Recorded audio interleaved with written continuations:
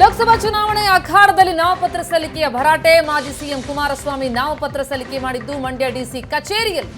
HDK ನಾಮಪತ್ರ ಸಲ್ಲಿಕೆ. Goa CM Pramod Sawant Yediyurappa ಸಾಥ್ ಕೊಟ್ಟಿದ್ದಾರೆ. ಮಂಡ್ಯ ಮೈತ್ರಿ ಅಭ್ಯರ್ಥಿಯಾಗಿ ಕಣಕ್ಕಿಳಿದಿದ್ದಾರೆ ಕುಮಾರಸ್ವಾಮಿ.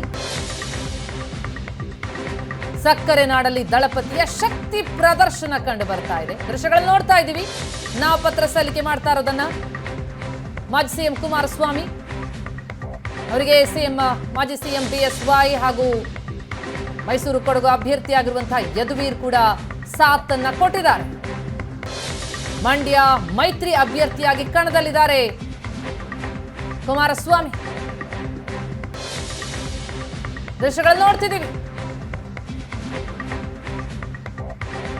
ಗೋವಾ ಸಿಎಂ ಪ್ರಮೋದ್ ಸಾವಂತ್ ಕೂಡ ಸಾಥ್ ಕೊಟ್ಟಿದ್ದಾರೆ. ನಾಮಪತ್ರ ಸಲ್ಲಿಕೆಗೂ ಮುನ್ನ ಹಲವು ದೇವಾಲಯಗಳು ಕೂಡ ಭೇಟಿ ಕೊಟ್ಟಿದ್ರು ಎಚ್ಡಿಕೆ. ಈಗ ನಾಮಪತ್ರ ಸಲ್ಲಿಸಿದ್ದಾರೆ. ಮಂಡ್ಯ ಮೈತ್ರಿ ಅಭ್ಯರ್ಥಿಯಾಗಿ ಕುಮಾರಸ್ವಾಮಿ ಅವರಿಂದ ನಾಮಪತ್ರ ಸಲ್ಲಿಕೆಯಾದಂತಹ ದೃಶ್ಯ. ಚುನಾವಣಾಧಿಕಾರಿಗಳಿಗೆ ನಾಮಪತ್ರವನ್ನು ಸಲ್ಲಿಸಿದ್ದಾರೆ.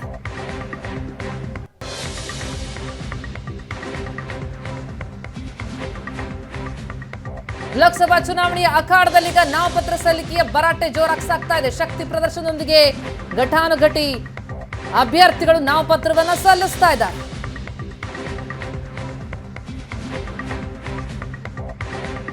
ಕುಮಾರಸ್ವಾಮಿ ಅವರು ನಮ್ಮ ಜೊತೆ ಇದ್ದಾರೆ, ಮಾತಾಡ್ತಾನೆ. ಸರ್, ಕಳೆದ ಬಾರಿ ನಿಖಿಲ್ ನಿಂತಿದ್ರು, ಈ ಬಾರಿ ತಾವಿದ್ದೀರಾ. ನಿಖಿಲ್ನ ಒಂದು ರೀತಿ ಎಲ್ಲರೂ ಸೇರ್ಕೊಂಡು ಚಕ್ರವ್ಯೂಹದಲ್ಲಿ ಸಿಲುಕಿರೋ ಅಭಿಮನ್ಯು ತರ ಮಾಡಿದ್ರು.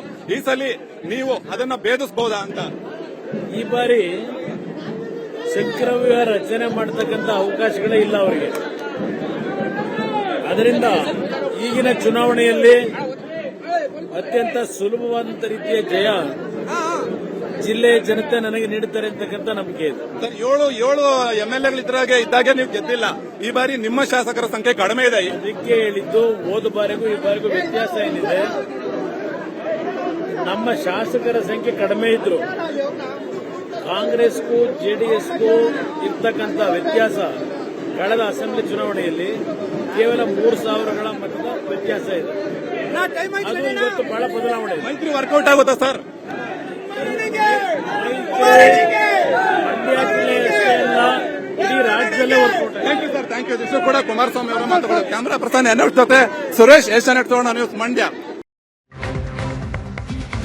ಇದಾರೆ, ಮಾತಾಡ್ತಾನೆ. ಸರ್, ಕಳೆದ ಬಾರಿ ನಿಖಿಲ್ ನಿಂತಿದ್ರು, ಈ ಬಾರಿ ತಾವಿದ್ದೀರಾ. ನಿಖಿಲ್ನ ಒಂದು ರೀತಿ ಎಲ್ಲರೂ ಸೇರ್ಕೊಂಡು ಚಕ್ರವ್ಯೂಹದಲ್ಲಿ ಸಿಲುಕಿರೋ ಅಭಿಮನ್ಯು ತರ ಮಾಡಿದ್ರು. ಈ ಸಲ ನೀವು ಅದನ್ನ ಭೇದಿಸಬಹುದಾ ಅಂತ? ಈ ಬಾರಿ ಚಕ್ರವ್ಯೂಹ ರಚನೆ ಮಾಡತಕ್ಕಂತ ಅವಕಾಶಗಳೇ ಇಲ್ಲ ಅವರಿಗೆ.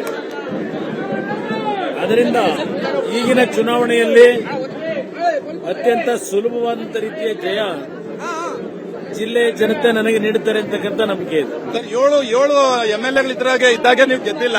ಈ ಬಾರಿ ನಿಮ್ಮ ಶಾಸಕರ ಸಂಖ್ಯೆ ಕಡಿಮೆ ಇದೆ. ಅದಕ್ಕೆ ಹೇಳಿದ್ದು ಹೋದ ಬಾರಿಗೂ ಈ ಬಾರಿಗೂ ವ್ಯತ್ಯಾಸ ಏನಿದೆ, ನಮ್ಮ ಶಾಸಕರ ಸಂಖ್ಯೆ ಕಡಿಮೆ ಇದ್ರು. ಕಾಂಗ್ರೆಸ್ಗೂ ಜೆಡಿಎಸ್ಗೂ ಇರ್ತಕ್ಕಂಥ ವ್ಯತ್ಯಾಸ ಕಳೆದ ಅಸೆಂಬ್ಲಿ ಚುನಾವಣೆಯಲ್ಲಿ ಕೇವಲ 3,000ಗಳ ಮತದ ವ್ಯತ್ಯಾಸ ಇದೆ. ಅದು ಇವತ್ತು ಬಹಳ ಬದಲಾವಣೆ. ಮೈತ್ರಿ ವರ್ಕೌಟ್ ಆಗುತ್ತಾ ಸರ್? ಮಂಡ್ಯ ಜಿಲ್ಲೆಯಷ್ಟೇ ಅಲ್ಲ, ಇಡೀ ರಾಜ್ಯದಲ್ಲೇ ವರ್ಕೌಟ್ ಆಗಿದೆ. Thank you sir, thank you. ಇಷ್ಟು ಕೂಡ ಕುಮಾರಸ್ವಾಮಿ ಅವರ ಮಾತುಗಳು. ಕ್ಯಾಮರಾ ಪರ್ಸನ್ ಎನ್ ಜೊತೆ ಸುರೇಶ್, ಏಷ್ಯಾನೆಟ್ ತೋರಣ ನ್ಯೂಸ್, ಮಂಡ್ಯ.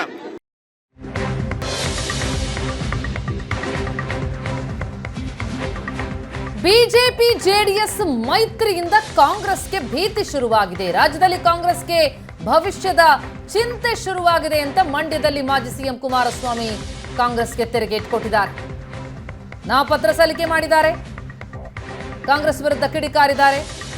ವೈಯಕ್ತಿಕ ಟೀಕೆ ಮಾಡೋದನ್ನ ಬಿಟ್ಟು ಬೇರೇನೂ ಮಾಡ್ತಾ ಇಲ್ಲ ಅಂತ ಕಾಂಗ್ರೆಸ್ ವಿರುದ್ಧ ಕುಮಾರಸ್ವಾಮಿ ವಾಗ್ದಾಳಿ. ಮಂಡ್ಯದಲ್ಲಿ ಜೆಡಿಎಸ್ ಸೋಲಿಸುವ ಕನಸು ನನಸಾಗಲ್ಲ.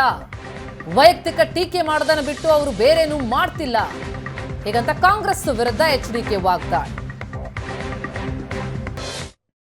ಕಾಂಗ್ರೆಸ್ ನಾಯಕರುಗಳಲ್ಲಿ ಏನೋ ಒಂದು ಮೈತ್ರಿಯ ಒಂದು ಸಂಬಂಧಗಳು ಬೆಳೆದ ನಂತರ ಇಡೀ ರಾಜ್ಯದಲ್ಲಿ ಆ ಪಕ್ಷದ ಭವಿಷ್ಯ ಏನಾಗುತ್ತೆ ಅಂತಕ್ಕಂಥ ಒಂದು ಆತಂಕದಲ್ಲಿ ಅವರವ್ರಿಗೆ ಬೇಕಾದಂಥ ರೀತಿಯಲ್ಲಿ ನಮ್ಮ ಒಂದು ಬಗ್ಗೆ ವೈಯಕ್ತಿಕವಾಗಿ ಟೀಕೆ ಟಿಪ್ಪಣಿ ಮಾಡೋದೇನಿದೆ ಅವರಿಂದ ನಾನು ಸರ್ಟಿಫಿಕೇಟ್ ತಗೊಳಕ್ಕಾಗುತ್ತಾ? ಅವ್ರು ಟೀಕೆ ಟಿಪ್ಪಣಿನೇ ಮಾಡಬೇಕಲ್ವೇ, ಮಾಡಿದ್ದಾರೆ, ಸಂತೋಷ. ಹಳೆ ಮೈಸೂರು ಭಾಗದಲ್ಲೇ ಅವ್ರಿಗೆ ಇರ್ತಕ್ಕಂಥದ್ದು. ಇವತ್ತು JDSನ ಮುಗಿಸ್ಬೇಕು ಅಂದರೆ ಮೈಸೂರು ಭಾಗದಲ್ಲಿ ಸಂಪೂರ್ಣವಾಗಿ JDS ಸೋಲಿಸಬೇಕು ಅನ್ನೋದೇ ಕಾಂಗ್ರೆಸ್ ಗುರಿಯನ್ನು ಇಟ್ಕೊಂಡಿದ್ದಾರೆ. ಆದರೆ ಅವರ ಒಂದು ಗುರಿ ತಲುಪ್ತಕ್ಕಂಥದ್ದು ಸುಲಭ ಇಲ್ಲ. ಕಾಂಗ್ರೆಸ್ ನಾಯಕರುಗಳಲ್ಲಿ ಏನೋ ಒಂದು ಮೈತ್ರಿಯ ಒಂದು ಸಂಬಂಧಗಳು ಬೆಳೆದ ನಂತರ ಇಡೀ ರಾಜ್ಯದಲ್ಲಿ ಆ ಪಕ್ಷದ ಭವಿಷ್ಯ ಏನಾಗುತ್ತೆ ಅಂತಕ್ಕಂಥ ಒಂದು ಆತಂಕದಲ್ಲಿ ಅವರು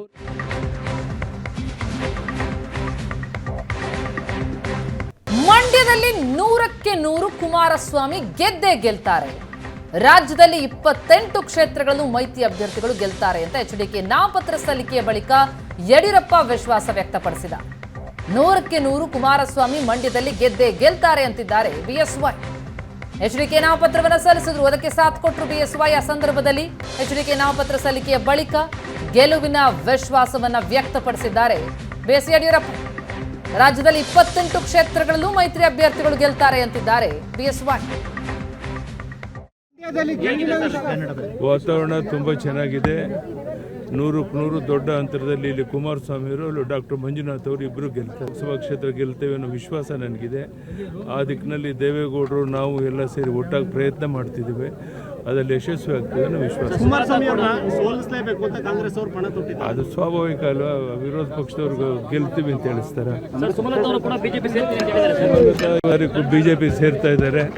ಅವ್ರು ಬಂದದ್ದು ನಮ್ಮ ದೊಡ್ಡ ಶಕ್ತಿ ಕೊಟ್ಟಂತಾಗಿದೆ. ಅವರನ್ನು ಬಿಜೆಪಿಗೆ ಸ್ವಾಗತ ಮಾಡ್ತೀವಿ. ಎಲ್ಲಿ ಸೇರ್ಪಡೆ ಕಾರ್ಯಕ್ರಮ ಸರ್? ನಾಳೆ ಬಿಜೆಪಿ ಆಫೀಸರ್. ಮಂಡ್ಯದಲ್ಲಿ ವಾತಾವರಣ ತುಂಬ ಎಸ್ ಕುಮಾರಸ್ವಾಮಿ ಗೆದ್ದೆ ಗೆಲ್ತಾರೆ ಅಂದಿದ್ದಾರೆ. ಎಸ್ ನಿಖಿಲ್ ಕೂಡ ವಿಶ್ವಾಸವನ್ನ ವ್ಯಕ್ತಪಡಿಸ್ತಾ ಇದ್ದಾರೆ. ಭಿನ್ನತೆಗಳಿಲ್ಲ. ಒಂದು, ಇತ್ತೀಚಿನ ದಿನಗಳಲ್ಲಿ NDA ಮೈತ್ರಿಕೂಟದ ಭಾಗವಾಗಿ ಈಗೇನು ಭಾರತೀಯ ಜನತಾ ಪಾರ್ಟಿ ಹಾಗೂ ಜಾತ್ಯತೀತ ಜನತಾದಳ ಪಕ್ಷ ಇಡೀ ರಾಜ್ಯದಲ್ಲಿ ಬರ್ತಕ್ಕಂಥ 28 ಲೋಕಸಭಾ ಕ್ಷೇತ್ರಗಳಿದೆ. 28ಕ್ಕೆ 28 ಕೂಡ ಇತ್ತೀಚಿನ ದಿನಗಳಲ್ಲಿ ನಡೆದಂಥ ರಾಜ್ಯ ಸಮನ್ವಯ ಸಮಿತಿ ಏನಿತ್ತು, ಆ ಒಂದು ಸಭೆಯಲ್ಲಿ ಎರಡೂ ಪಕ್ಷದ ವರಿಷ್ಠರು ಭಾಳ ಸ್ಪಷ್ಟವಾದಂಥ ಒಂದು ನಿಲುವನ್ನು ವ್ಯಕ್ತಪಡಿಸಿರ್ತಕ್ಕಂಥದ್ದು, ಸಂದೇಶವನ್ನು ಕೊಟ್ಟಿರ್ತಕ್ಕಂಥದ್ದು. ಮೇಲ್ಮಟ್ಟದಲ್ಲಿ ನಾಯಕರುಗಳು ಒಂದಾಗ್ತಕ್ಕಂಥದ್ದು ಒಂದು ಭಾಗ, ಆದರೆ ಫಲಿತಾಂಶ ಇವತ್ತು 28ಕ್ಕೆ 28 ನಾವು NDA ಮೈತ್ರಿಕೂಟದ ಅಭ್ಯರ್ಥಿಗಳು ಗೆಲ್ಲಬೇಕು ಅಂತಕ್ಕಂಥದ್ದಾದರೆ ತಳಮಟ್ಟದಿಂದ ಇವತ್ತು ಎರಡೂ ಪಕ್ಷದ ಕಾರ್ಯಕರ್ತರ ಒಂದು ಹೊಂದಾಣಿಕೆ ಅಷ್ಟೇ ಅವಶ್ಯಕತೆ ಇದೆ ಅಂತಕ್ಕಂಥದ್ರ ಬಗ್ಗೆ ಭಾಳ ಸ್ಪಷ್ಟವಾದಂಥ ಒಂದು ಸಂದೇಶ ಸಾರಿರ್ತಕ್ಕಂಥದ್ದು. ಹಾಗಾಗಿ ವಿಶೇಷವಾಗಿ ಮಂಡ್ಯ ಲೋಕಸಭಾ ಕ್ಷೇತ್ರದಲ್ಲಿ ಯಾವಾಗ ಕುಮಾರಣ್ಣ ಅವರ ಒಂದು ಹೆಸರೇ ಘೋಷಣೆ ಆಯಿತು, ಅವತ್ತಿನ ದಿನದಿಂದನೂ ನಮ್ಮ ಭಾರತೀಯ ಜನತಾ ಪಾರ್ಟಿಯ ಎಲ್ಲ ಕ್ಯಾಂಡಿಡೇಟ್ಗಳು ಯಾರಿದ್ದಾರೆ ಈ ಭಾಗದಲ್ಲಿ, ಯಾರು ಸ್ಪರ್ಧೆ ಮಾಡಿದರು ಕಳೆದ MLA ಚುನಾವಣೆಯಲ್ಲಿ, ಎಲ್ಲರೂ ಕೂಡ ಭಾಳ ಉತ್ಸಾಹಕತೆಯಿಂದ, ಅನ್ಯೋನ್ಯತೆಯಿಂದ, ಯಾವುದೇ ರೀತಿ ಭಿನ್ನಾಭಿಪ್ರಾಯಗಳಿಗೆ ಅವಕಾಶವನ್ನು ಮಾಡಿಕೊಡ್ದಿರಾ ರಾಜ್ಯ ನಾಯಕರು ಬಂದಿದ್ದಾರೆ. ಕುಮಾರಣ್ಣ ಅವ್ರನ್ನ ಅತಿ ಹೆಚ್ಚು ಬಹುಮತದಲ್ಲಿ, ಪ್ರಚಂಡ ಬಹುಮತದಲ್ಲಿ ಗೆಲ್ಲಿಸಬೇಕು ಅಂತಕ್ಕಂಥದ್ದು ಭಾಳ ಸ್ಪಷ್ಟವಾದಂಥ ನಿರ್ಧಾರ. ಮಂಡ್ಯ ಜಿಲ್ಲೆಯ ಹಾಲಿ ಸಂಸದರು ಸುಮಲತಾರವರು ಈ ದೇಶದ ಗೌರವಾನ್ವಿತ ಪ್ರಧಾನಮಂತ್ರಿಗಳು ಶ್ರೀ ನರೇಂದ್ರ ಮೋದಿಜಿಯವರ ಬೆಂಬಲಕ್ಕೆ ನಿಂತಿರ್ತಕ್ಕಂಥದ್ದು, ಭಾರತೀಯ ಜನತಾ ಪಾರ್ಟಿಯ ಬೆಂಬಲಕ್ಕೆ ನಿಂತಿರ್ತಕ್ಕಂಥದ್ದು, ನಾವು ಇದನ್ನು ಸ್ವಾಗತಿಸ್ತೇವೆ.